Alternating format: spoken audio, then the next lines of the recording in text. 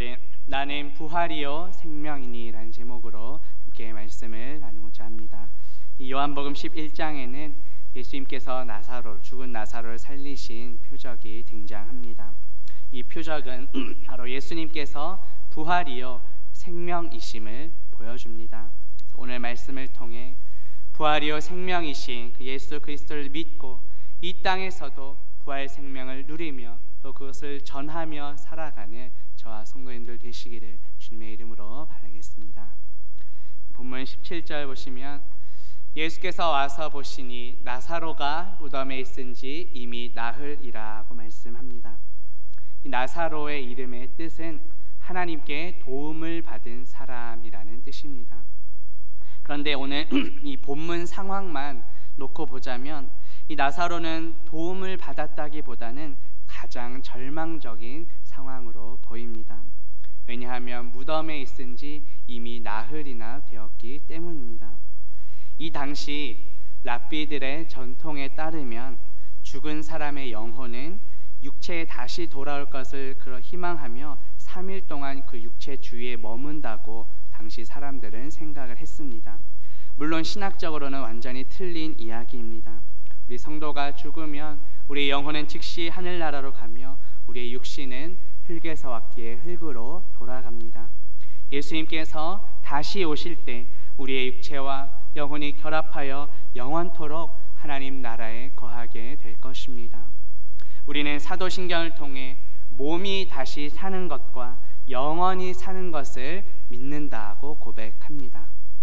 그런데 당시 사람들의 이 전통에 따르면 죽은 지 나흘이나 되었습니다. 살아날 가능성이 전혀 없는 상태입니다. 영혼이 완전히 떠난 그런 상태입니다. 그런데 이러한 나사로를 살리셨다는 것은 예수님께서 바로 생명의 주관자이심을 보여줍니다. 당시 사람들에게도 예수님께서 하나님의 아들이심을 믿도록 하는 아주 강력한 증거가 되었습니다.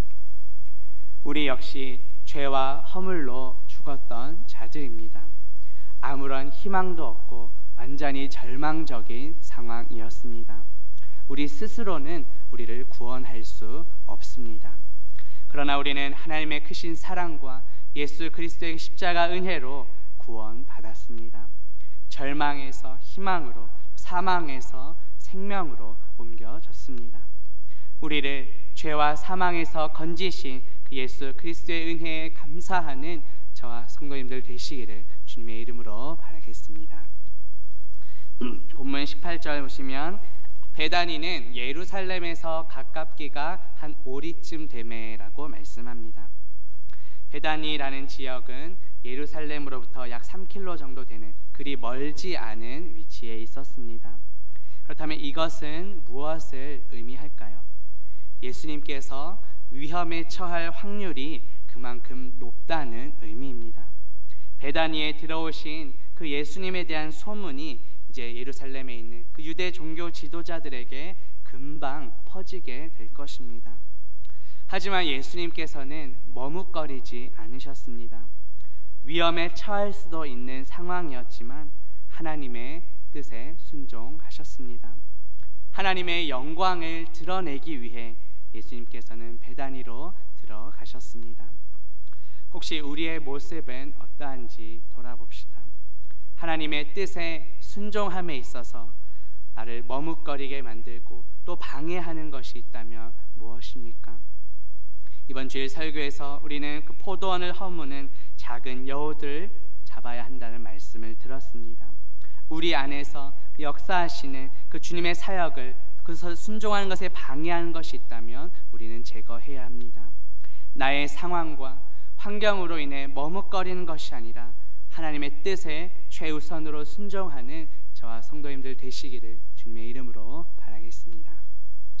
본문 19절 보시면 많은 유대인이 마르다와 마리아에게 그 오라비의 일로 위문하러 왔더니 라고 말씀합니다. 이 슬픔에 잠겨있는 그 유족들과 또 친구들에게 가서 위로하는 것은 당시 유대인의 아주 신성한 의무였습니다. 이런 많은 유대인들이 있는 그 상황 속에서 예수님께서는 죽은 나사로를 살리셨습니다. 이것을 통해 예수님께서 행하신 표적이 많은 사람들에게 나타나고 증거가 된 것입니다. 하나님께서는 많은 사람들이 예수님의 표적을 보고 그것에 대해 증거할 수 있도록 인도하셨습니다. 언뜻 보면 그냥 지나갈 수 있는 평범한 일처럼 보일 수 있지만 그 속에는 하나님의 크신 뜻과 섭리가 있음을, 하나님의 계획이 다 있음을 우리는 발견하게 됩니다. 나의 평범한 일상 속에서도 주님의 그 크신 뜻과 섭리를 발견하며 주님을 증거하는 도구로 삼는 저와 성도님들 되시기를 주님의 이름으로 바라겠습니다. 본문 20절 보시면 마르다는 예수께서 오신다는 말을 듣고 곧 나가 맞이하되 마리아는 집에 앉았더라고 말씀합니다. 예수님께서 오셨을 때 두 자매의 반응이 다릅니다. 그런데 두 자매 모두 예수님을 사랑했습니다. 언뜻 보면 주님을 맞이한 마르다는 더 헌신적으로 보입니다. 그냥 집에만 앉아있던 마리아는 뭔가 좀 믿음이 부족한 것처럼 보여집니다. 그러나 두 자매 모두 예수님을 위해 헌신하며 봉사했던 여인들입니다. 우리가 읽진 않았지만 11장 앞부분에 보면 마리아는 값진 향유를 예수님께 부었던 여인입니다. 따라서 우리는 그냥 겉으로 드러나는 행동만 보고 누구는 옳고 누구는 그르다고 섣불리 평가해서는 안 됩니다. 나의 시선과 기준이 아니라 주님의 마음으로 공동체 지체들을 바라보는 저와 성도님들 되시기를 주님의 이름으로 바라겠습니다. 본문 21절 보시면 마르다가 예수께 여짜오되 주께서 여기 계셨더라면 내 오라버니가 죽지 아니하였겠나이다 라고 말씀합니다. 어떻게 보면 마르다가 예수님에 대해 불평하는 것처럼 보입니다. 그러나 다른 한편으로는 예수님에 대한 믿음의 고백입니다. 왜냐하면 예수님이 계셨더라면 죽지 않았을 것이라고 말했기 때문입니다. 이후에 보면 동생 마리아 역시 언니 마르다와 비슷한 말을 합니다. 본문 32절에 보면 마리아가 예수 계신 곳에 가서 배웠고 그 발 앞에 엎드려 이르되 주께서 여기 계셨더라면 내 오라버니가 죽지 아니하였겠나이다 이렇게 말합니다. 따라서 두 자매 모두 예수님께서 계시기를 간절히 소망했음을 우리는 알 수 있습니다. 본문 22절에 보면 그러나 나는 이제라도 주께서 무엇이든지 하나님께 구하시는 것을 하나님이 주실 줄을 아나이다 라고 마르다가 고백합니다. 마르다의 신앙 고백입니다. 비록 나사로가 죽었지만 예수님께서 하나님께 구하면 다시 살아날 것이라고 믿음으로 고백합니다. 마르다는 예수님께서 하나님께 구하시는 것은 무엇이든지 받게 될 것을 알고 있었습니다. 실제로 우리 예수님께서는 홀로 또 새벽 미명에 기도하기 위해 한적한 곳을 찾기도 하셨습니다. 또 때로는 홀로 산에서 밤새 기도하기도 하셨습니다. 이처럼 예수님은 기도가 습관처럼 몸에 배어 있으셨습니다. 그런데 예수님은 꼭 하나님께 기도를 해야만 무엇이든지 하실 수 있는 분은 아닙니다. 예수님 자신이 곧 하나님이시기에 스스로 어떤 것이든 하실 수 있는 분이십니다. 그럼에도 불구하고 예수님은 하나님께 기도하심으로 많은 표적들을 행하셨습니다. 사실 하나님은 우리의 기도가 없어도 스스로 무엇이든지 하실 수 있는 분이십니다. 그러나 하나님께서는 우리의 기도를 통해 역사하기를 원하십니다. 이번 주일 설교에서도 성도의 기도는 하나님이 기뻐하시는 산 제사임을 들었습니다. 우리는 예수 그리스도를 구하는 그 기도를 통해 하나님을 기쁘시게 해야 합니다. 또한 하나님께서는 우리의 전도가 없어도 모든 사람을 다 변화시키실 수 있는 그런 능력이 있는 분이십니다. 그러나 하나님께서는 우리의 전도를 통해 구원하기를 기뻐하십니다. 신약성경 고린도전서 1장 21절에 보면 하나님의 지혜에 있어서는 이 세상이 자기 지혜로 하나님을 알지 못하므로 하나님께서 전도에 미련한 것으로 믿는 자들을 구원하시기를 기뻐하셨도다라고 말씀합니다. 우리가 하는 전도가 세상 사람들의 눈에 볼 때 설사 미련해 보일지라도 하나님께서는 우리에게 전도를 통해 한 영혼 구원하기를 기뻐하십니다. 우리의 기도와 전도를 통해 하나님을 기쁘시게 하며 또 하나님의 역사를 경험하는 저와 성도님들 되시기를 주님의 이름으로 바라겠습니다. 본문 23절에 보시면 예수께서 이르시되 내 오라비가 다시 살아나리라고 말씀합니다. 예수님께서는 이제 죽은 자의 부활을 선포하십니다. 사실 우리 인간의 이성으로는 죽은 자가 다시 살아난다는 것이 참 이해하기 어렵습니다.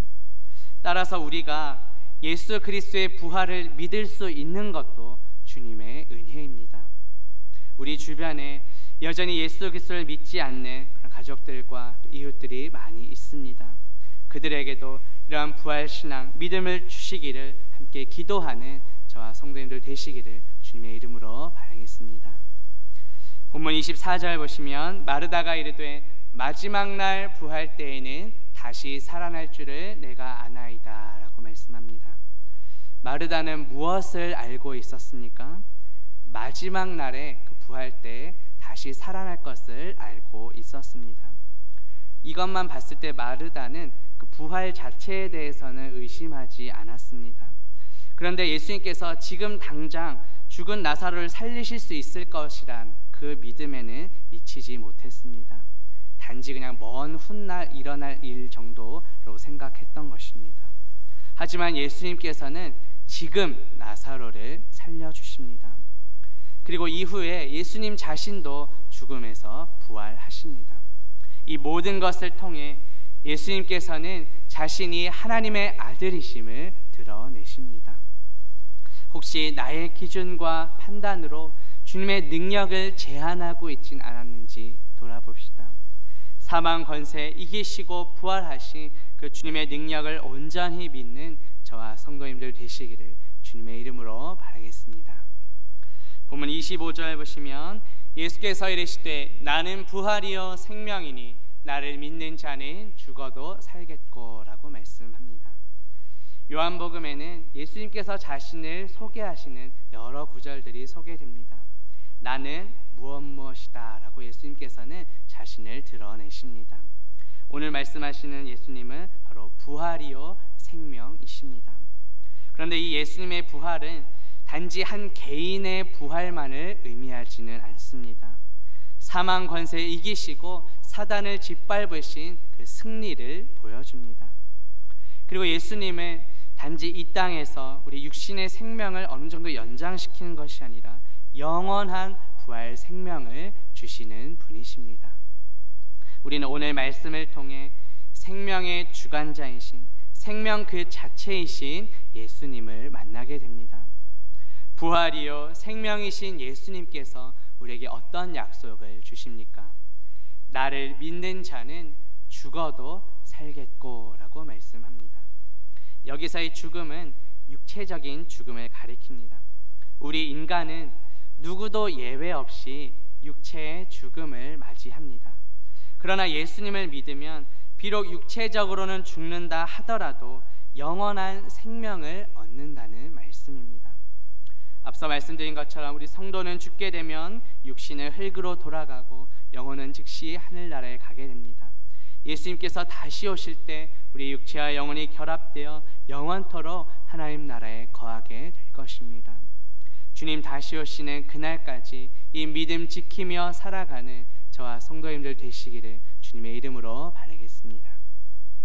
본문 26절 보시면 무릇 살아서 나를 믿는 자는 영원히 죽지 아니하리니 이것을 내가 믿느냐라고 말씀하십니다. 여기에 나오는 죽음은 영적인 죽음을 가리킵니다. 앞서 육체의 죽음이 우리 영혼과 육체의 분리였다면 이 영적인 죽음은 하나님과의 분리를 가리킵니다. 우리는 모두 죄로 인해 하나님과 단절되었던 자들입니다. 영적으로 죽었던 자들입니다. 그러나 예수 그리스도를 믿고 하나님의 은혜로 우리는 영원한 생명을 누리게 되었습니다. 신약성경 요한일서 5장 11절 12절에 보면 또 증거는 이것이니 하나님이 우리에게 영생을 주신 것과 이 생명이 그의 아들 안에 있는 그것이니라. 아들이 있는 자에게는 생명이 있고 하나님의 아들이 없는 자에게는 생명이 없느니라고 말씀합니다. 우리는 하나님의 아들 예수 그리스도를 통해 영원한 생명을 누리게 되었습니다. 예수님께서는 이 믿음이 마르다에게 있는지를 물으신 것입니다. 그렇다면 우리의 믿음은 어떠한지 돌아봅시다. 아들 예수 그리스도 안에 참 생명이 있음을 믿는 저와 성도님들 되시기를 주님의 이름으로 바라겠습니다. 본문 27절 보시면 이르되 주여 그러하외다 주는 그리스도시요 세상에 오시는 하나님의 아들이신 줄 내가 믿나이다 라고 말씀합니다. 마르다의 고백입니다. 참으로 놀라운 신앙 고백입니다. 그런데 이 마르다의 고백 속에서 우리는 앞서 베드로가 했던 신앙 고백도 함께 떠올리게 됩니다. 신약성경 마태복음 16장 16절에 보면 시몬 베드로가 대답하여 이르되 주는 그리스도시요 살아계신 하나님의 아들이시니이다 라고 고백했습니다. 이 마르다의 고백에서 헬라어 원문에 보면 내가 믿나이다 라는 부분이 가장 문장 앞에 나와 있습니다. 이것은 예수님이 그리스도이시며 하나님의 아들이심을 마르다가 확실히 믿는다는 그런 강조입니다. 이 요한복음이 기록된 목적이 무엇입니까? 요한복음 20장 31절에 보면 오직 이것을 기록함은 너희로 예수께서 하나님의 아들 그리스도이심을 믿게 하려 함이요 또 너희로 믿고 그 이름을 힘입어 생명을 얻게 하려 함이니라고 말씀합니다. 요한복음이 쓰여진 목적은 바로 예수님께서 하나님의 아들 그리스도이심을 믿도록 하기 위함입니다.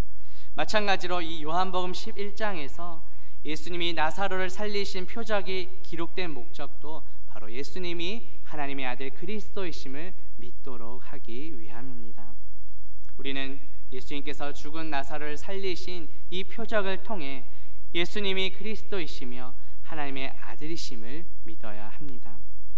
이 그리스도는 히브리어 메시아를 헬라어로 번역한 것인데 바로 기름 부음 받은 자라는 뜻입니다. 구약에서 기름 부음을 받았던 직분은 바로 왕, 제사장, 선지자입니다. 예수님은 우리의 왕이십니다. 온 세상 만물을 다스리시는 만왕의 왕이십니다. 그렇다면 우리는 누구의 다스림을 받고 있습니까?